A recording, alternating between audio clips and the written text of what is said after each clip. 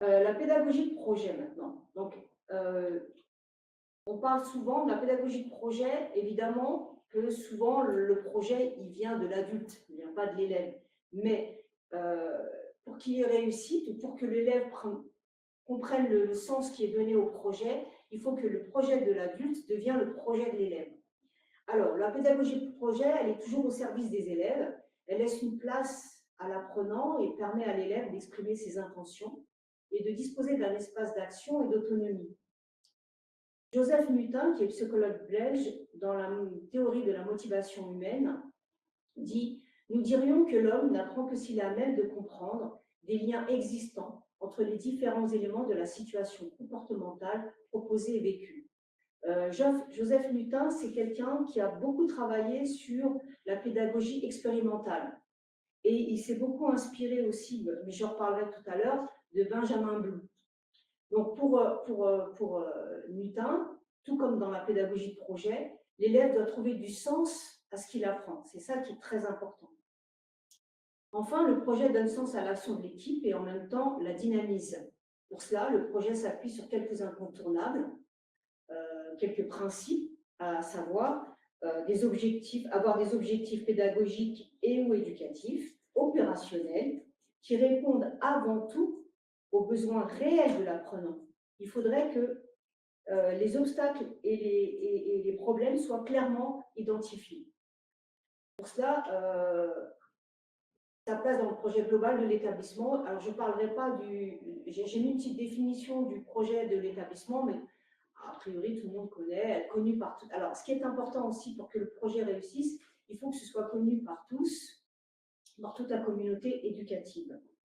Le projet, donc je disais tout à l'heure, il donne sens à l'équipe et en même temps il la dynamise. Il y a des principes qui sont incontournables. Ça doit trouver sa place dans la pédagogie de l'établissement.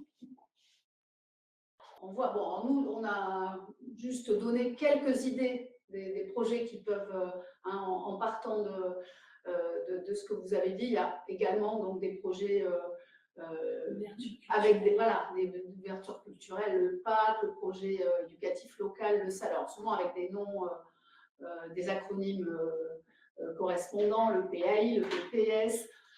Voilà, nous, c'est vrai qu'avec vous, RDS, on va plus travailler notamment sur les projets APS, sur les projets de persévérance scolaire. Donc, on parlera souvent, là, on a relevé quelques projets, les projets tutorat, vous en avez parlé, les ateliers relais, des projets SAS, des projets Open 3e, là aussi, où je pense qu'on est plus sur de l'orientation. Le BAR, c'est un bureau d'aide rapide.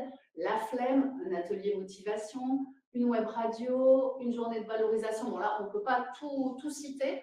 Voilà, ce qu'on voit, c'est que le projet nous occupe vraiment beaucoup.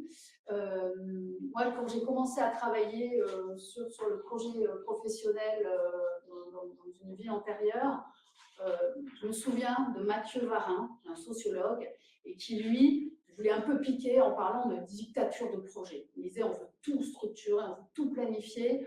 Souvent, on oublie l'aléatoire et l'imprévu. Voilà, qui pour lui étaient indispensables à l'épanouissement des idées et des territoires.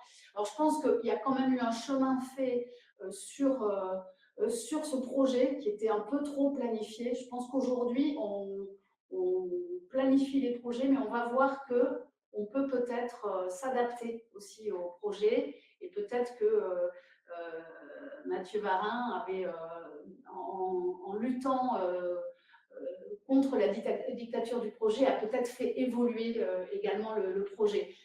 Je fais référence également, si vous avez l'occasion de voir un clip musical qui s'appelle La dictature du projet. Voilà, je vous invite à ne pas le regarder tout de suite, mais voilà, ça peut vous être amusant. Et puis, bon, on sait que le projet, et notamment en politique, a fait beaucoup de bruit à des moments donnés. Dans la pédagogie de projet, il y a différentes appellations. On peut dire apprentissage par projet, approche par projet, enseignement par projet. En fait, qu'est-ce que c'est? C'est un modèle d'enseignement où le projet est l'élément fondamental et dans lequel sont mis en place des conditions favorables pour donner du sens aux apprentissages. Un projet pédagogique est un outil qui devrait refléter ce qui se passe au sein de la classe l'établissement. Là aussi, un petit historique, d'où vient la pédagogie de projet.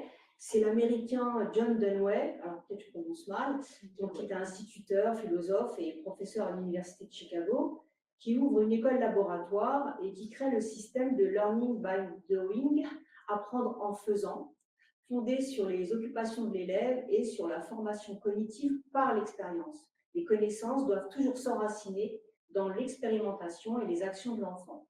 Et lui condamne l'enseignement purement verbal et transmissif, c'est-à-dire ce qu'on appellerait les cours magistraux. Ça a été repris en France par, entre autres, par Célestin Freinet, qui a lui-même été instituteur, pédagogue, et qui lui aussi parle de démarche éducative active, participative et centrée sur l'enfant. Donc cette démarche-là, elle revendique un contexte d'apprentissage où chaque enfant peut s'exprimer, se responsabiliser, coopérer, expérimenter et s'ouvrir sur le monde. Et c'est là où j'en reviens aussi à Benjamin Blou. Tout à l'heure, je vous parlais de Hutin. Benjamin Blou, en fait, lui, qu'est-ce qu'il dit? Il dit, alors, je ne l'ai pas mis dans la bibliographie, mais je vous dis tout de suite. Donc, excusez-moi, je recherche juste. Benjamin Blou, donc c'est un Américain qui est psychologue, qui a été psychologue de l'éducation. Et lui, ses travaux sont sur la recherche de la réussite. Et il émet l'hypothèse, en 1956, que si les enseignants adoptaient leur méthode d'enseignement aux besoins individuels de chaque élève, davantage d'enfants auraient la possibilité d'apprendre mieux. Et il dit même, donc c'est lui qui donne un petit peu la notion d'éducabilité, il dit chaque élève est à même d'acquérir un ensemble de savoirs jugés fondamentaux à condition d'y mettre le temps et les moyens. Donc c'est là où on se dit que effectivement la pédagogie de projet est vraiment très importante et elle permet de donner du sens aux apprentissages.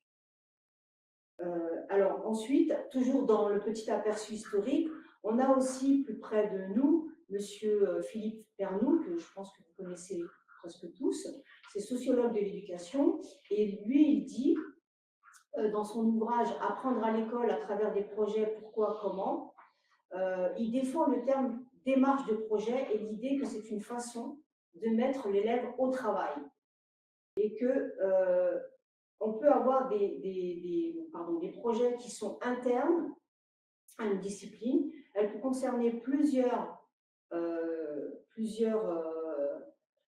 disciplines ou encore viser des apprentissages non disciplinaires. C'est là où on parle par exemple de projets biscolaires, etc., de l'ordre de la socialisation ou des compétences transversales. Je pourrais vous renvoyer aussi à d'autres chercheurs qui parlent, si on prend Piaget ou Gilbert de Langire, qui est un pédagogue de l'expérimentation, il distingue la pluridisciplinarité, l'interdisciplinarité et la transdisciplinarité. Et vous verrez qu'en fonction de là où on se situe, on va pas travailler. Soit on travaille sur la discipline, soit on est beaucoup plus large. Donc les projets, comme disait tout à l'heure Stéphanie, aujourd'hui, ça a beaucoup élargi. Ça s'est beaucoup élargi. Et pour continuer avec Pernoud, il dit une démarche de projet dans le cadre scolaire peut viser un ou plusieurs objectifs suivants. Donc, entraîner la mobilisation de savoir et savoir-faire, donner à voir des pratiques sociales, découvrir de nouveaux savoirs, placer devant les obstacles, provoquer de nouveaux apprentissages, permettre d'identifier des acquis, développer la coopération, aider chaque élève à prendre confiance en soi, développer l'autonomie, former à la conception. Donc, c'est vraiment très, très, très riche, d'où l'importance de faire des projets soit dans la classe, en dehors de la classe. Et à ces objectifs s'ajoutent des bénéfices secondaires, impliquer un groupe dans une expérience authentique, forte et commune, pour y revenir sur un mode réflexif et analytique et y ancrer des savoirs nouveaux. Stimuler, c'est là où c'est très important, c'est stimuler la pratique réflexive et les interrogations sur les savoirs et les apprentissages. C'est-à-dire qu'à chaque moment, tout comme pour l'équipe, on revient sur ce qu'on a fait, on réfléchit, on ajuste, mais Stéphanie vous en reparlera après pour fédérer une équipe, mais c'est pareil pour les élèves. Quand on est autour d'un projet, tout de suite, les élèves peuvent voir concrètement ce qu'ils ont pu apprendre euh, et réfléchir un petit peu sur qu'est-ce qu'ils ont mis en place pour pouvoir progresser dans les apprentissages ou même rentrer dans les apprentissages.